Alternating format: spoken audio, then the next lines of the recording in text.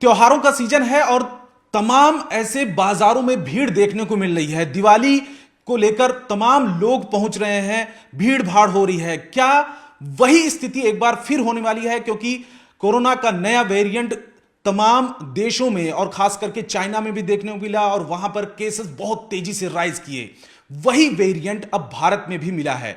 क्या second wave, first wave जैसी स्थिति भारत में भी देखने को मिलेगी? इन तमाम मुद्दों पर बातचीत करने के लिए हमारे साथ में जानी मानी पब्लिक हेल्थ एक्सपर्ट और लैंसेट कमीशन की मेंबर डॉक्टर सुनीला गर्ग हैं। मैम, सबसे पहले यह बताइए कि जो नया वेरिएंट है, सब वेरिएंट, ये कितना खतरनाक साबित तो होने वाला है? और क्योंकि आपने कई देशों में भी देखा होगा, खास करके चाइना में वही वेरिएंट भारत में भी मिला है। रवि जी, बहुत इंपॉर्टेंट क्वेश्चन आपने पूछा, क्योंकि आज आपने बात जो की हम त्योहारों के बीच में हैं और इसी बीच में हमें दो वेरिएंट्स, पर्टिकुलरली अगर मैं बात करूं BF.7 एंड BA.5.1.7, ये वेरिएंट्स देखने को मिले हैं।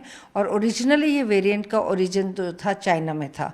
उसके बाद में हमने ये केसेस USA में भी देखे, हमने ये केसेस यूरोप में भी देखे, ऑस्ट्रेलिया में भी देखे, बेल्जियम में भी देखे।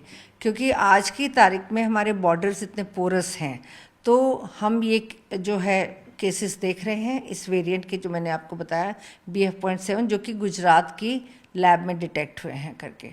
और दूसरी चीज़, जैसे कि आपने बताया, डेफिनेटली चिंता का विषय है, क्योंकि हम लगातार केसेस देखते जा रहे हैं। ओमिक्रॉन के वेरिएंट्स हैं। चिंता का विषय क्यों है? क्योंकि बेसिकली जब हम इतना भीड़ भाड़ में रहेंगे और कोविड अप्रोप्रिएट बिहेवियर का अगर हम पालन नहीं करेंगे, यानी कि हम मास्क नहीं पहनेंगे, कुछ भी सोशल डिस्टेंसिंग नहीं है, हैंड हाइजीन तो लोग लगता है भूल ही गए हैं करके, तो ये बड़ी ज़रूरी बात है कि लोगों में जागरूकता आए और लोग सावधानी को बरतें।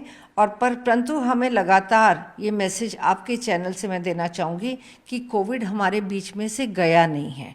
कोविड अभी भी हम नंबर ऑफ़ केसेस देख रहे हैं। अगर मैं परसों शाम की बात करूं तो 1400 केसेस थे, जो कि कल रिपोर्ट हुए करके, और दिल्ली में भी 40 से ऊपर नंबर ऑफ़ केसेस आए। तो केसेस हम लगातार देख रहे हैं। उससे एक दिन पहले 2600 के करीब केसेस थे। तो केसेस आ रहे हैं, हम वेरिएंट्स देख रहे हैं और वो आते रहेंगे। परंतु हमारे लिए इसकी चिंता का विषय इस समय में है, जैसा कि कल माननीय हमारे उन्होंने स्वास्थ्य मंत्री जी ने भी बोला था कि अब हमें त्योहारों के बीच में, दिवाली भी है, भाई दूज भी है, छठ भी आएगी, इस तरह से हमारे त्यौहार आते रहेंगे करके। तो आप तो अक्सर ये साधारण सी बात है कि लोग मार्केट जाएंगे, शॉपिंग करेंगे, और वो थोड़ा सा 2-2.5 साल हो गए घर से निकले भी नहीं हैं। तो इससे ज़्यादा जागरूकता की ज़रूरत है लोगों में कि वो कोविड अप्रोप्रिएट बिहेवियर का पालन करें। और डिस्ट्रिक्ट एडमिनिस्ट्रेशंस को भी कहीं ना कहीं ये इंश्योर करना चाहिए कि इस तरह से सोशल डिस्टेंसिंग मेंटेन हो रही है कि नहीं हो रही।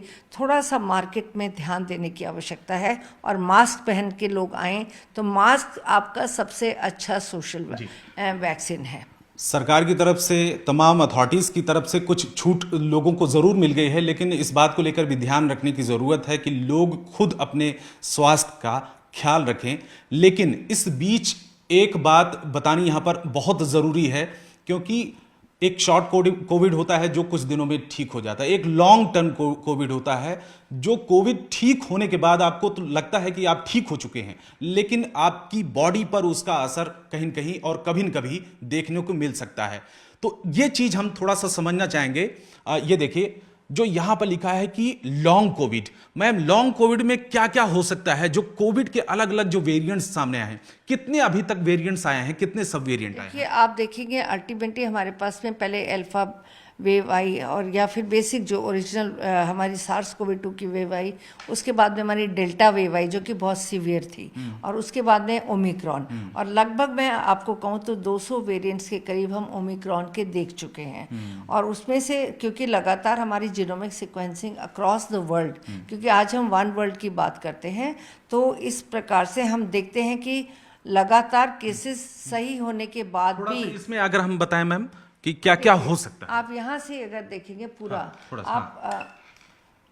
अगर आप देखेंगे लॉन्ग टर्म इफेक्ट्स, हमने जो स्टडी की है 3 महीने के बाद, 6 महीने के बाद या 9 महीने के बाद, हम देख रहे हैं कि आप सिर से लेके पैर तक कोई भी ऑर्गन को देख लीजिए, तो अल्टीमेटली आपका, जैसे ब्रेन को ही देख लीजिए, अगर हम न्यूरोलॉजिकल सिस्टम को देखें, लोग ज़्यादातर कह रहे हैं कि हम भूल जाते हैं या हमारे को फॉग, हमारे ब्रेन में क्लाउडिंग सेंसेशन है। ये जो क्या क्या क्या लिखा है ये देखिए। इसका मतलब है मैं उसके बाद आ रही हूँ नीचे, मैं आ रही हूँ करके आप हेड से लेके टो तक जाएंगे। या कई लोग कहते हैं कि हमें देखने में काफी ज्यादा परेशानी है, हमारे को बहुत हेडेक है, या फिर आप उसके नीचे आप जबान तक आ जाएं, लॉस ऑफ टेस्ट जो है, और नाक से लॉस ऑफ स्मेल, वो कई बार परसिस्ट भी करती है। हालांकि वो बीमारी के समय ज्यादा होती है, परंतु लोग कई बार कहते हैं कि हमें टेस्ट हमारा वापस ठीक से आया नहीं। परंतु आप नीचे आ जाएं रेस्पिरेटरी सिस्टम में, अभी भी कई लोग कहते हैं, यानी कि जो हमारी छाती के लक्षण है या रेस्पिरेटरी ट्रैक्ट के, वो कहते हैं हमें सांस चल रहा है, हमें बेसिकली, हाँ जी,